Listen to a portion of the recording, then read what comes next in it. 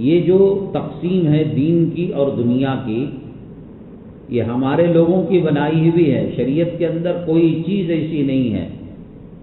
ماں کے پیٹ سے لے کر قبر کے گڑھے تک کوئی کام شریعت سے ہٹ کر کرنے کا سوال ہی پیدا نہیں ہوتا۔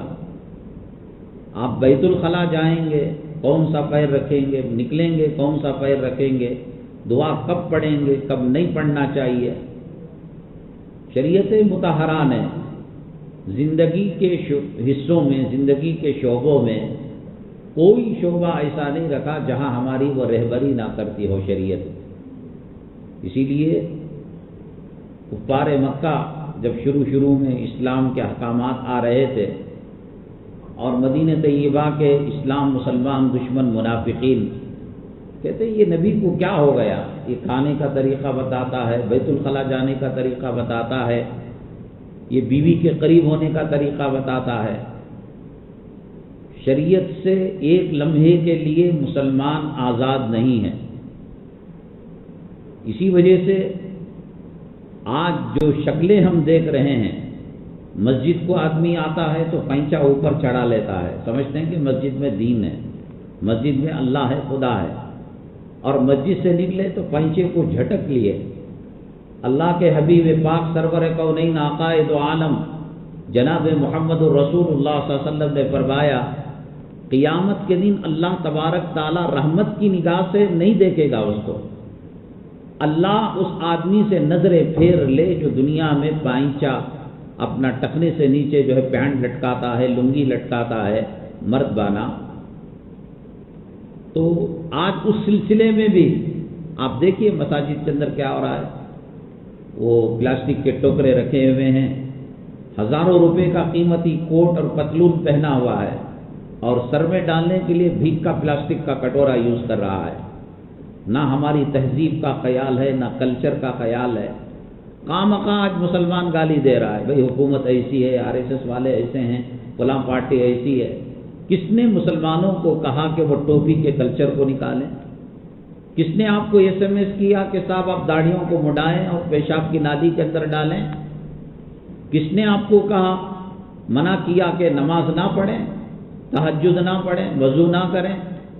مسلمان جتنا دین کے اسلام کے احکامات کو پیروں تلے روند رہا ہے، نہ امریکہ کے یہودیوں نے کہا، نہ ہندوستان کے کافروں نے، مشرکوں نے، بابری مسجد کو شہید کرنے والوں نے، گجرات میں عزت و آبرو لوٹنے والوں نے ہمیں نہیں کہا۔ کس نے کہا؟ کسی داڑھی مڈانے والے سے پوچھیے گا۔ نکاح کو بھی مسلمانوں نے خاص طور سے یہ سمجھ رکھا ہے کہ ایک دنیا کا کام ہے، جیسا کہ دکان کھولنا، دکان بند کرنا، کاروبار کرنا، کپڑا سلانا، حجامت کرنا، گھر کے اندر برتھ ڈے بنانا، کون کچھ یہ سب کہاں تھی چیزیں؟ یہود و نصارہ کی چیزیں مسلمان معاشرے میں کھانے کو کھانا نہیں ہے، پینے کو پینا نہیں ہے، برتھ ڈے بنا رہا ہے۔ اب وہ برتھ ڈے جو گھر کی چار دیواری کے اندر تھا، وہ سڑک میں آ کر 12 بجے ٹھیک یہود و نصارہ کی طرح اہل محلہ کو گناہ بنا کر، گواہ بنا کر کہ صاحب دیکھو مسلمان گھرانوں میں غلطی سے پیدا ہو گیا، میں تو عیسائی کی نسل کا ہوں، میں یہودی نسل کا ہوں، میں انگریز کے نطفے سے پیدا ہوا ہوں، مجھے محمد صلی اللہ علیہ وسلم کا طور طریقہ پسند ہے۔ کس نے پوچھا؟ اپنے امام صاحب سے پوچھا کہ برتھ ڈے بنانا کیسا ہے، کیک کاٹنا کیسا ہے، یہ کپڑا پہننا کیسا ہے؟ مرد دوپٹہ ڈالتا ہے شادی کے اندر۔ اب نیا ایک جوڑا آیا ہے نوشوں کا، جس کے اندر ایک شیروانی کی طرح کپڑا ہوتا ہے، دوپٹہ ڈالتا ہے، اوڑھنی ڈالتا ہے۔ مرد کے جسم میں اوڑھنی اور دوپٹہ، اور عورت کا سینہ کھلا ہوا۔ اللہ کے حبیب پاک سرور کونین جناب محمد الرسول اللہ صلی اللہ علیہ وسلم نے فرمایا میری امت کی کچھ خواتین ایسی ہوں گی کہ کپڑا پہنی ہوئی ہوں گی اور حقیقت میں لنگی ہوں گی، اور جنت میں جانا تو دور کی بات، جنت کی مہک اور جنت کی خوشبو بھی اللہ تعالیٰ ان کو نصیب نہیں کرے گا۔ اگر اس کا مرد پوچھا رہتا عالم صاحب کو کہ ایسا کپڑا کیا میں پہنا سکتا ہوں، بغل کٹ ہے، کمر کے اندر کٹا ہوا ہے، کمر نظر آ رہی ہے، سینہ، مرد بانے کو کل جوڑا دے دیا، دوپٹہ دے دیا، اوڑھنی دے دیا، اس کو لڑکی بنا دیا، اور عورت شادی خانے کے اندر، مردوں کی محفل کے اندر میک اپ کیے ہوئے، پھول لگائے ہوئے، خوشبو کا استعمال کیے ہوئے۔ اللہ کے حبیب پاک صلی اللہ علیہ وسلم نے فرمایا جو عورت خوشبو لگا کر مردوں کے مجمع میں آئے وہ زانیہ اور بدکار عورت ہے، اچھی عورت کا یہ شیوا نہیں ہے۔ پہلے مدارس کی کمی تھی، علماء کی کمی تھی، مفتیان کرام کی کمی تھی۔ شعبان میں شب برات کے بعد مساجد والے پریشان ہوتے، شمال کی طرف نگاہ اٹھا کر دیکھتے، دلی کی طرف، یو پی کی طرف، بہار بنگال کی طرف حافظ صاحب ہونا چاہیے، تقریر کرنے والا چاہیے۔ گلی گلی کے اندر اللہ تبارک تعالیٰ نے نبی کے نائبین کو رکھا، ہم سمجھنے کے لیے تیار نہیں ہیں۔ حالات اس وقت پورے دنیا میں بالخصوص ہندوستان کے اندر جو چل رہے ہیں، ایک تو کرونا کا جو عذاب مسلط ہے۔ حضرت حسن بصری رحمۃ اللہ علیہ جنازے میں جا رہے تھے، کسی نے کہا کہ حضرت نصیحت کیجئے۔ حضرت نے کہا تیری آنکھیں مون گئی ہیں، پترا گئی ہیں، تجھے نظر نہیں آتا یہ جنازے سے بڑھ کر کوئی عبرت ہو سکتی ہے؟ تقریروں سو تقریر ایک طرف ہو، ایک آدمی موتا کو دیکھے، میت کو دیکھے، بیوی کا جنازہ خامن کو دیکھنا نصیب نہیں، خامن کا جنازہ بیوی کو دیکھنا نصیب نہیں، اولاد کا جنازہ ماں باپ کو دیکھ، JCB سے کھڈا کھودا جا رہا ہے اور کئی فٹ گہرا کھڈا اور کوئی سڑی گلی چیز کی طرح پٹک کر اس لاش کو اندر ڈالا جا رہا ہے اور اوپر مٹی ڈالی جا رہی ہے۔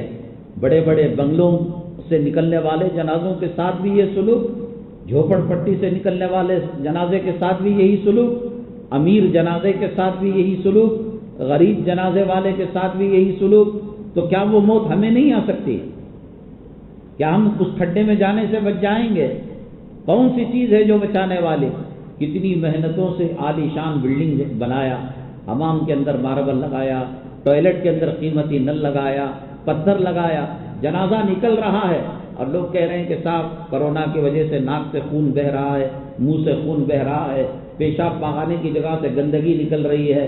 جس بیوی کو یہ کہتا تھا یہ میری ڈارلنگ ہے، میری محبوبہ ہے اور میں نے لو میرج کیا ہے، وہ کہہ رہی کہ جلدی نکالو اس کو ورنہ جو ہے فرج گندا ہو جائے گا، گھر کے اندر بدبو آ جائے گی۔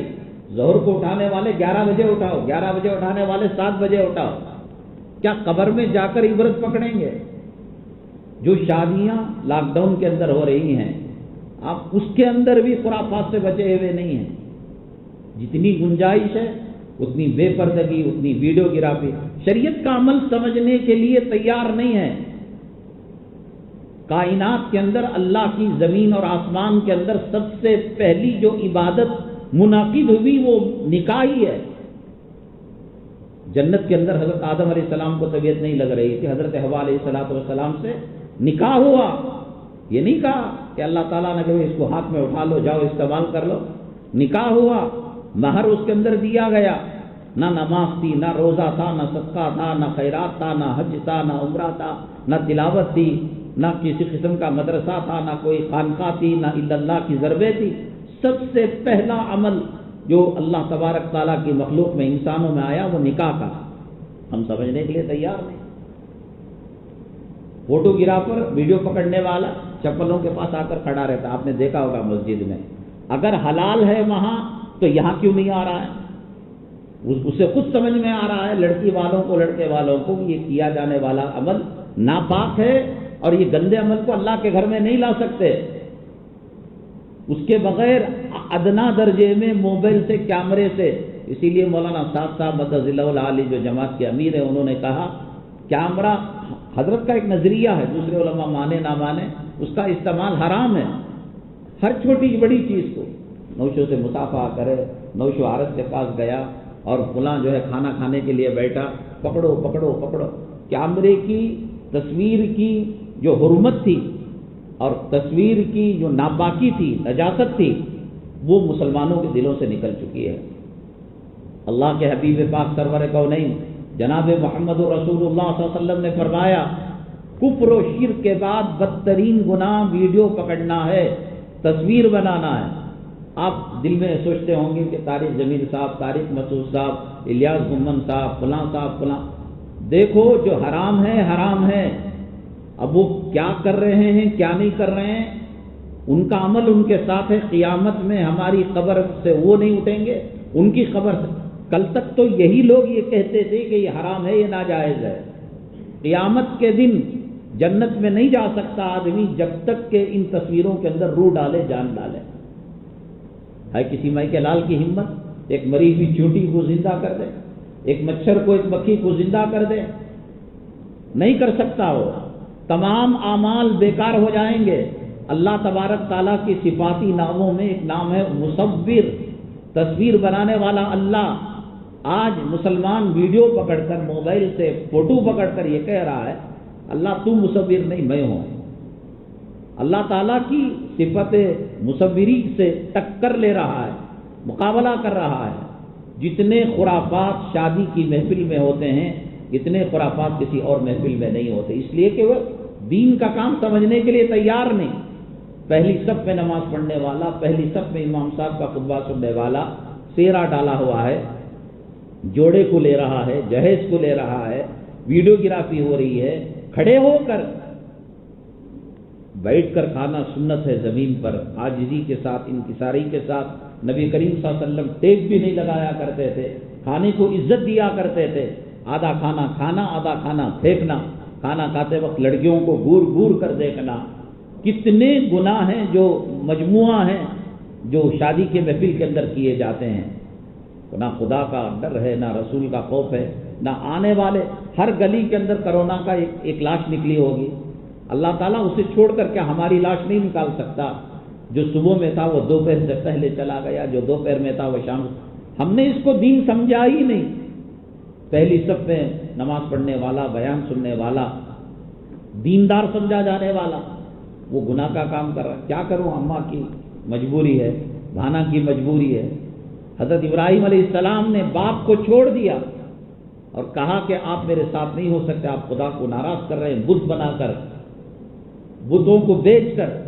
اور جب بیچنے کے لیے دیا تو حضرت ابراہیم علیہ السلام نے کہا کون ایسے خدا کو خریدے گا جو نفع نہیں دے سکتا، نقصان نہیں دے سکتا، بیماری نہیں دے سکتا، شفا نہیں دے سکتا۔ باپ سے مقابلہ کیا۔ ماں اس وقت تک ہے جب تک کہ اس کے پیروں تلے جنت اور جنت اس وقت تک ہے جب تک کہ وہ شریعت کے دائرے میں رہے۔ ماں باپ داڑھی منڈانے کے لیے کہے، سود لینے کے لیے کہے، ماٹی کیچ کا گھر لینے کے لیے کہے اور رشوت لینے کے لیے کہیں، غلط کام کرنے کے لیے کہیں، ٹی وی لانے کے لیے کہیں، وہ ماں نہیں ہے، وہ باپ نہیں ہے۔ حضرت ابراہیم علیہ السلام نے کیا کیا؟ حضرت نوح علیہ السلام نے بیٹے کے ساتھ کیا کیا؟ حضرت لوط علیہ السلام نے بیوی کے ساتھ کیا کیا؟ کچھ بھی دال گلنے والی نہیں۔ اپنے اعمال کے ساتھ آنا ہے، اپنے اعمال کے ساتھ قبروں کے اندر جانا ہے۔ آج جو معاشرے میں، ہماری سوسائٹی میں طلاقوں کی نوبتیں آتی ہیں، خلے کی نوبتیں آتی ہیں، پنچایت کی نوبتیں نکاح محبت کے لیے کیا جاتا ہے یا طلاق کے لیے کیا جاتا ہے؟ لڑنے کے لیے کیا جاتا ہے، دو خاندانوں کے ملنے کے لیے کیا جاتا ہے؟ جائیے دیکھیے گا لائروں کے آفسوں میں، سول کورٹ میں، ہائی کورٹ میں، سپریم کورٹ کے اندر ہاتھوں کی مہندی دلہن کی نکلنے سے پہلے فیصلے ہو رہے ہیں۔ وہ کہہ رہی ہے کہ اس سے طلاق دے دو، اس نے زندگی کو حرام کر رکھا ہے۔ حضرت آدم، حضرت حوا علیہ السلام نے جو نکاح کیا وہ جنت میں کیا۔ نماز دنیا میں آئی، روزہ دنیا میں آیا، حج دنیا میں آیا، عمرہ دنیا میں آیا، صدقہ خیرات زکوٰۃ کا حکم دنیا میں آیا، والدین سے اطاعت اور بڑوں کا احترام، یہ تمام شریعت کلام پاک کی 6666 آیتیں، توریت، انجیل، زبور، صحف ابراہیم، صحف موسیٰ، سب دنیا میں آئے۔ لیکن اللہ تبارک تعالیٰ کو نکاح کا عمل اتنا پسندیدہ ہے، اللہ نے اس کو جنت میں رکھا۔ کتنے خوشگوار اس کی فضیلتیں ہیں، لیکن کیا ہو رہا ہے؟ اس لیے شریعت کے مطابق نہ کرنے کی وجہ سے خاندانوں میں دراڑ، طلاق، خلا کی نوبت۔ قرآن تو کہتا ہے وَمِنْ آيَاتِهِ أَنْ خَلَقَ لَكُم مِّنْ أَنفُسِكُمْ أَزْوَاجًا لِتَسْكُنُوا إِلَيْهَا، سکون ملے، وَجَعَلَ بَيْنَكُم مَّوَدَّةً وَرَحْمَةً، پیار ملے، محبت ملے، شوہر بیوی کو دیکھ کر اس کی تھکان دور ہو جائے، اس کی بیماری دور ہو جائے، بیوی خامن کو دیکھ کر اس کی طبیعت کے اندر نشاط پیدا ہو جائے۔ لڑنے کے لیے نکاح نہیں ہے، جھگڑنے کے لیے، طلاق کو لے کے لیے نکاح نہیں ہے۔ نکاح جنت سے نکلا، جنت تک پہنچے گا یہ نکاح، یہ دنیا میں کٹنے والی چیز نہیں ہے۔ حضرت علی کرم اللہ وجہہ، حضرت فاطمہ الزہرا رضی اللہ تعالیٰ عنہ کا نکاح نبی کریم صلی اللہ علیہ وسلم نے اپنی حیات طیبہ میں کرایا۔ وہ مدینہ طیبہ سے شروع ہو کر عالم برزخ میں بھی میاں بیوی، عالم آخرت میں بھی میاں بیوی اور جنت کے اندر بھی میاں بیوی. غیر قوم کہتے ہیں کہ 7 جنموں کا یہ ساتھ ہے 12 کا، یہ تو جنت تک کا ساتھ ہے. اگر سنت کے مطابق زندگی گزاری جائے، سنت کے مطابق نکاح کیا جائے، تو اللہ تعالیٰ نے جو وعدہ کیا ہے کہ اس میں سکون ملے گا، مودت ملے گی، رحمت ملے گی، یہ کب ہوگا؟ جب حضور اکرم صلی اللہ علیہ وسلم کے طریقے پر نکاح کیا جائے گا، فلمی اسٹائل پر نکاح کیا جائے گا، ٹی وی کے ڈراموں کو بنیاد بنا کر نکاح کیا جائے گا، بے پردگی ہوگی، خدا کو ناراض کرنے والا کام ہوگا، نبی کو ناراض کرنے والا کام ہوگا. اللہ اپنی رحمتیں ہٹا لیتے ہیں. یہ سوتی رہتی ہے بیوی بچے، اٹھ کر اندھیرے میں چلا جاتا ہے، پھر رات کو 11:30 12 بجے چپکے سے چور کی طرح گھر میں داخل ہوا اور کچن کے اندر ٹھنڈا منڈا سالہ کھا کر جو ہے پھر یہ سو جاتا ہے. زندگی سے جو رحمت، مودت، سکون، اطمینان، یہ گھر جنت کیسے بنے گا؟ یہ ماربل لگانے سے نہیں بنتا، یہ قیمتی قمقمے لگانے سے، قالین بچھانے سے نہیں بنتا. جھوپڑی ہو، جنت کا مزہ. رسول پاک صلی اللہ علیہ وسلم کے ازواج مطہرات کے جو حجرات تھے، جو گھر تھے، جو حضرات مدینہ طیبہ گئے ہیں، اللہ تعالیٰ موت سے پہلے ہمیں بار بار حرمین شریفین کی زیارت نصیب فرمائے، رسول پاک صلی اللہ علیہ وسلم کے روضے کی حاضری نصیب فرمائے، ریاض الجنہ نصیب فرمائے، جنت البقیع نصیب فرمائے. وہاں رسول اللہ صلی اللہ علیہ وسلم کے روضے کے پاس آپ نے دیکھا ہوگا ایک باب جبرائیل ہے اور پھر ایک باب السلام کا انٹرنس ہے. ان دونوں کے درمیان رسول پاک صلی اللہ علیہ وسلم کی 11 بیویوں کے کمرے تھے، اپارٹمنٹ تھے. صحابی فرماتے ہیں ایسا ہاتھ اوپر کرتے چھت لگتی، ایسا کرتے سیدھے طرف وہ دیوار لگتی، ایسا کرتے ادھر یہ دیوار لگتی. آپ نے سنا ہے کہ رسول پاک صلی اللہ علیہ وسلم گھر میں جب تہجد پڑھا کرتے تھے تو ایسا نہیں ہو سکتا تھا کہ حضرت عائشہ صدیقہ رضی اللہ تعالیٰ عنہ لیٹی ہوئی ہوں اور آپ سجدہ بھی کر رہے ہو. ان کو ایسے اشارہ کرتے تو وہ بیٹھ جاتی امی جان عائشہ صدیقہ رضی اللہ تعالیٰ عنہ. نبی کریم تو لیٹی ہوئی خاتون بھی ہو اور پھر نماز بھی ہو، لیکن وہ گھر جنت کے گھروندے تھے، جنت کے مناظر تھے، جنت کا سکون تھا. جھوپڑی تھی، سو نہیں سکتے تھے صحیح طریقے سے، اتنے تنگ تھے کمرے.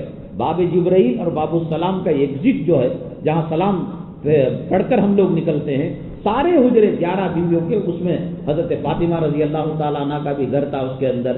تو لیکن اللہ کی رحمتیں، اللہ کی برکتیں، کائنات نے زمین میں ایسا گھر خوشگوار نہ پہلے دیکھا تھا نہ قیامت تک دیکھ پائیں گے. خیرکم خیرکم لاہلی وانا خیرکم لاہلی. آقا دو عالم صلی اللہ علیہ وسلم فرماتے ہیں جتنے دلہا دلہن اب تک گزر چکے، قیامت تک آنے والے ہیں، ان میں سب سے بہترین گھرانہ، خوشگوار گھرانہ میرا گھرانہ ہے. کیا تھا وہاں؟ کون سا ماربل لگا تھا؟ کون سی مولڈنگ اے سی لگا ہوا تھا؟ کون سا قالین لگا ہوا تھا؟ امی جان حضرت عائشہ صدیقہ رضی اللہ تعالیٰ عنہ فرماتے ہیں لنا شمس وللآفاق شمس وشمسی تطلع بعد العشاء. اے لوگو، تمہارے افق پر، تمہارے آسمان پر سورج دن میں آتا ہے، میرے آقا جب مسکراتے ہوئے گھر کے اندر آتے ہیں تو ہر چیز چمک جاتی ہے، اور وہ سورج میرا عشاء کے بعد آتا ہے. میں دن بھر سوئی کے اندر تاغا ڈالنے کی کوشش کرتی اور میں ہار جاتی، مجھے نظر نہیں آتا سوراخ. میرے آقا جب تشریف لاتے ہیں تو آپ کی روشنی سے وہ سوراخ بھی نظر آ جاتا ہے. یہ گھر کب بنیں گے؟ جب رسول پاک صلی اللہ علیہ وسلم کے. اور وہ کیا طریقہ ہے نکاح کا؟ لوگ سمجھتے 2000 آدمیوں کو دعوت دینا، کھانے میں 17 قسم کے کھانے رکھنا، اس سے جو ہے شادی برکت والی نہیں ہوتی. رسول پاک صلی اللہ علیہ وسلم نے فرمایا ان اعظم النکاح برکہ ایسرہ مؤونہ. جتنا کم خرچ کے اندر نکاح کیا جائے گا اللہ تعالیٰ کی طرف سے رحمتیں برکتیں. کرونا اور چیز لایا ہو نہ لایا ہو، لیکن کم سے کم مسلمانوں کو سنت کے مطابق نکاح کرنے پر مجبور کیا ہے. انسان اختیار رکھ کر اگر سنت کے مطابق نکاح کرے گا اس کی زندگی میں خیر و برکت ہوگی. وہ جو نکاح پہلے جنت میں ہوا تھا اس کے اثرات، اس کی روحانیت اور اس کی رحمتیں برکتوں سے مالا مال ہوگا. اور اگر فلمی اسٹائل پر کرے گا، آدمی نمک ڈالے پانی کے اندر اور یہ خیال کرے کہ مجھے میٹھا پانی ملے، آدمی شکر ڈالے اور یہ خیال کرے کہ صاحب مجھے نمکین پانی ملے، کیسے ہو سکتا ہے؟ آپ نے شادی کے اندر حدیث کو ڈالا ہے، قرآن کو ڈالا ہے، رسول اللہ صلی اللہ علیہ وسلم صحابہ کے طریقوں کو ڈالا ہے تو پھل بھی ایسا ہی نکلے گا. آپ نے فلمی کیریئر کو ڈالا ہے، ٹی وی کے ڈرامے کو ڈالا ہے تو پھر انٹرول کے بعد طلاق کی نوبت آئے گی، خلا کی نوبت آئے گی. تباہ کرنا، برباد کرنا، آباد کرنا ہمارے ہاتھ میں ہے. اللہ تبارک تعالیٰ میاں بیوی میں الفت محبت پیدا فرمائے، دونوں خانوں میں جوڑ نصیب فرمائے، امت کے اندر شادی کے تعلق سے جو خرافات ہیں، بدماشیاں ہیں، اللہ اس سے حفاظت فرمائے اور ہمیں بھی ایسی محفلوں میں جانے سے حفاظت فرمائے۔